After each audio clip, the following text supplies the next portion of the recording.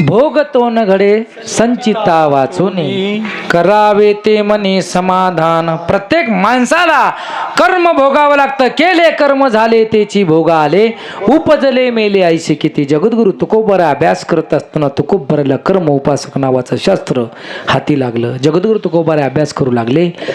त्यांना कळायला लागला, अरे कर्माची गती खूप गहन आहे. कर्माने कुणालाच सोडलं नाही. कर्मे श्रीराम वनवासा गेला,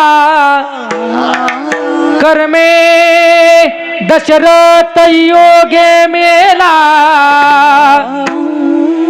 कर्मे रावण क्षय पावला,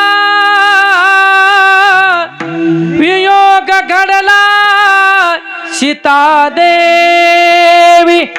अरे व्हीआयपी आधी जगद्गुरु तुकोबाराच्या समोर आले. बापरे, जगाच्या मालकाला नाही कर्म चुकलं. जगाचा मालक भगवान रामचंद्र परमात्मा त्याच्या बापाला नाही कर्म सुटलं. ज्याच्याकडे थोडं मोकळं कर दादा, मोकळं वाटत नाही मला. ज्याच्याकडे 7 कोटी घरं सोन्याची होती अशा रावणाला सुद्धा कर्म चुकलं नाही. जगाच्या मालकाच्या बायकोला कर्म चुकलं नाही. हे भाव जगद्गुरु तुकोबारांनी मनामध्ये घेतला आणि बघायला लागले. कडे तुकोबार आहे. बघा तुम्ही विचार जर करायला गेलं तर काल परवाचं उदाहरण आहे. रामायणाला होऊन बरेच दिवस झाले दादा, कर्म नाही चुकलं, भोगावं लागलं. गड्या कर्म भोगावं लागतं प्रत्येकाला. काही नव्हतं त्या दशरथ राजाकडे. इंद्रासारखा मित्र होता त्याचा. काही सत्ता होती हातामध्ये. 4 लेकरं असताना सुद्धा एक सुद्धा अंतकाळाला जवळ राहिला नाही. कर्म खूप वाईट आहे दादा. एवढा श्रीमंत असणारा रावण, त्याला कर्म चुकलं नाही. जगाच्या मालकाला चुकलं नाही, त्याच्या बायकोला सुद्धा चुकलं नाही. सीता मातेचं फक्त तुमच्या समोर मी उदाहरण देणारे, लक्ष द्या. सीता माता एके दिवशी वनामध्ये असताना त्यांना एका झाडावर राघव आणि मैना दिसते. राघव आणि मैना दिसल्याच्या नंतर ते खूप छान गीत रामायण गात असतात. राघव आणि मैना गीत रामायण गात असताना त्या सीता माता जवळ जातात आणि त्या दोघाला, राघवला आणि मैना, दोघं नवरा बायको असतात, त्यांना पकडते आणि पिंजऱ्यामध्ये डांबते, कोंडून ठेवते पिंजऱ्यात. राघव म्हणतो, अगं सीते, का मला डांबून ठेवतेस? मैना म्हणते, अगं सीते, का मला डांबून ठेवतेस? सीतेने सांगितलं, अरे राघव आणि मैना, डांबून ठेवते असं म्हणू नका. पिंजरा बघा अगोदर कशाचा आहे.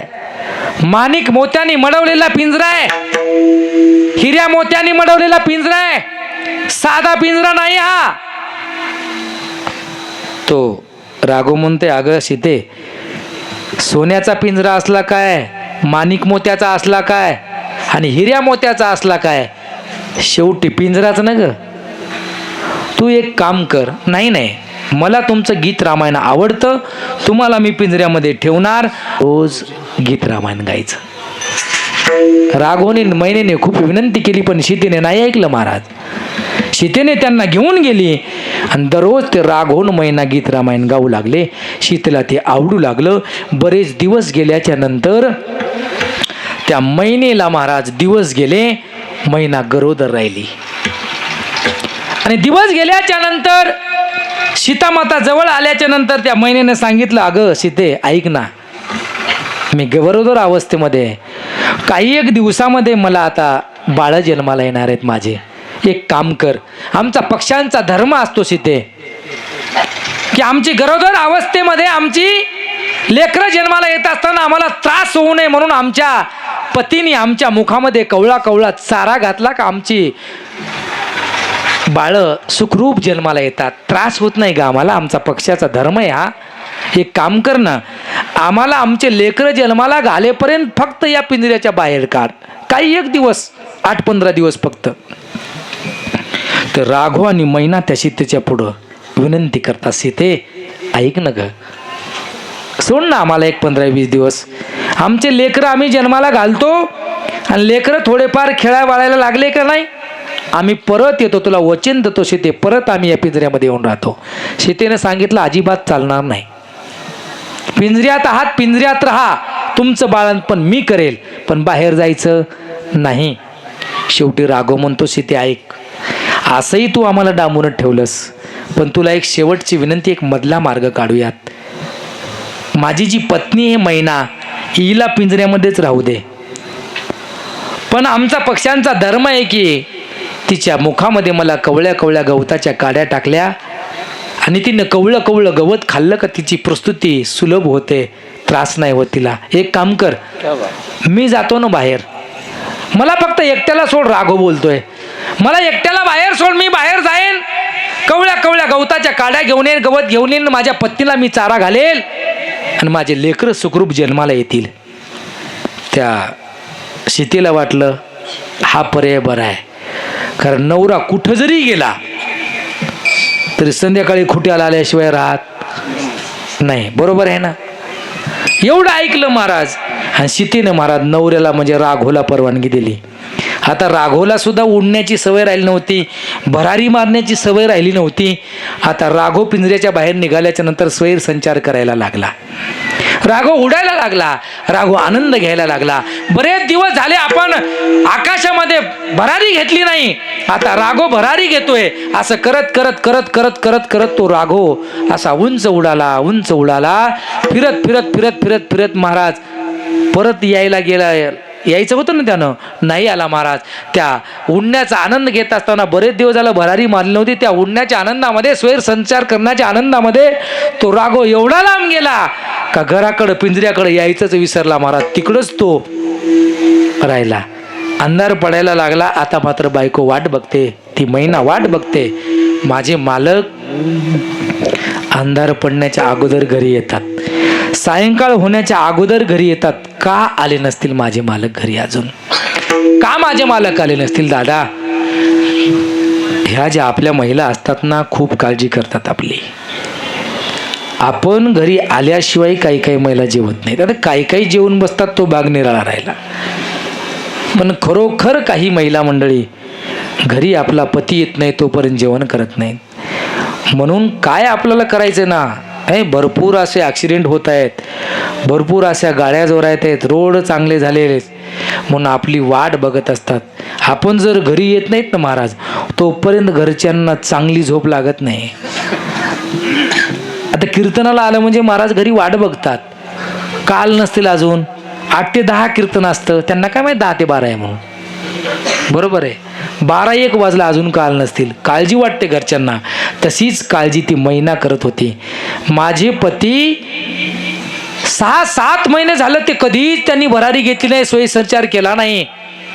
कदाचित त्यांची भरारी उंच गेली असेल, नाहीतर एखाद्या शिकाऱ्याने त्यांना पकडला असेल आणि माझे पती मरण पावले असतील गड्या. हा भाव त्या मैनेच्या मनामध्ये जागृत झाला आणि त्या मैनेनं आता मनामध्ये वाईट विचार आणायला सुरुवात केली. 8 वाजले, 9 वाजले, 10 वाजले, 11 वाजून 40 मिनिटं झाले, अजून राघव नाही आला पिंजऱ्यामध्ये. राघव बाहेरच आहे. मैनेला काळजी वाटायला लागली. पण पहिल्या काळामध्ये महाराज नवऱ्यासोबत बाया सती जात होत्या. ती सुद्धा पतिव्रता होती महाराज.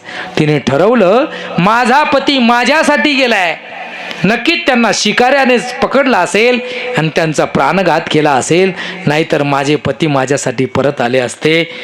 त्या पिंजऱ्यामध्येच महाराज त्या मैनेने पंचप्राण आळवायला सुरुवात केली महाराज, आणि आपला प्राण कंठामध्ये आणला. पतीच्या विरहामध्ये आता प्राण सोडून देणार अशी अवस्था झाली तिची.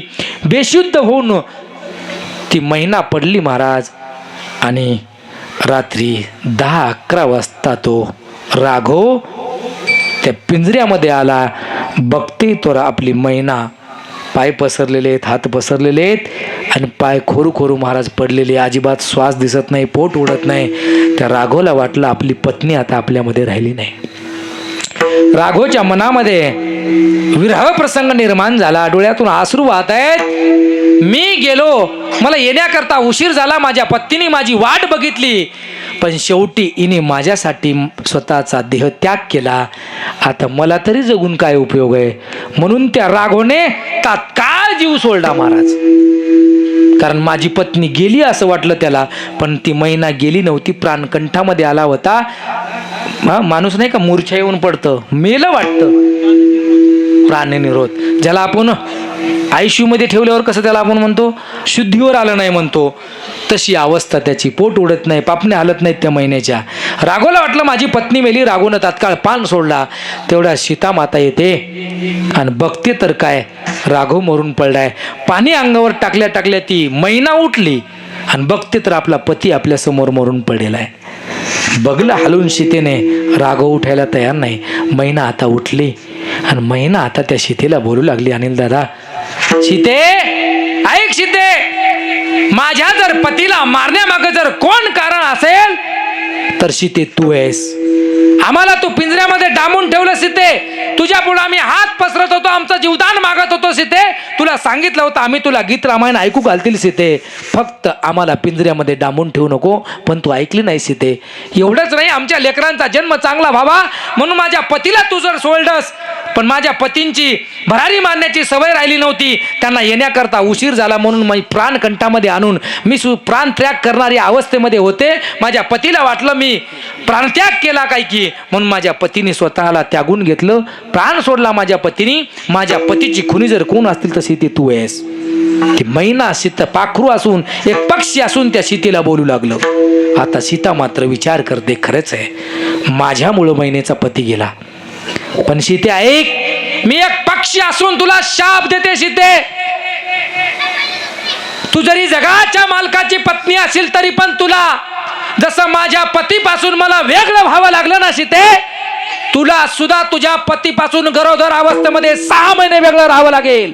हा पक्षी असून माझा तुला शाप आहे सीते. हा त्या पक्षाने दिलेला शाप जगाच्या मालकाच्या पत्नीला भोगावा लागला. विचार करा, हा भाव मनामध्ये आणा. रामचंद्र परमात्म्याच्या पत्नीला सीतेला कर्म चुकलं नाही, हा भाव जगद्गुरु तुकोबारांनी स्वतःच्या मनामध्ये घेतला. कल्पना केली, देवाच्या बायकोला नाही चुकलं. आपल्या बायकोचं कर्म कसं चुकू शकतं? नाही चुकू शकत महाराज. सगळ्यात माणसाला जवळची कोण असते ती बायको असते अनिल दादा, बरोबर आहे. किती जवळची असते बायको? सगळ्यात जवळची बायको असते. जी गोष्ट आपण मायबापाला सांगू शकत नाही ती गोष्ट नवरा बायकोला सांगतो ना बाबा. सगळ्यात जवळचं नातं लग्न झाल्याच्या नंतर आपल्या बायकोचं असतं. एवढं प्रेम माणूस बायकोवर करतं असताना सुद्धा जगाच्या मालकाला नाही स्वतःच्या बायकोचं कर्म चुकवता आलं. तुकोबारायला वाटलं की कर्म चुकवू शकतो फक्त जगाचा मालक. एका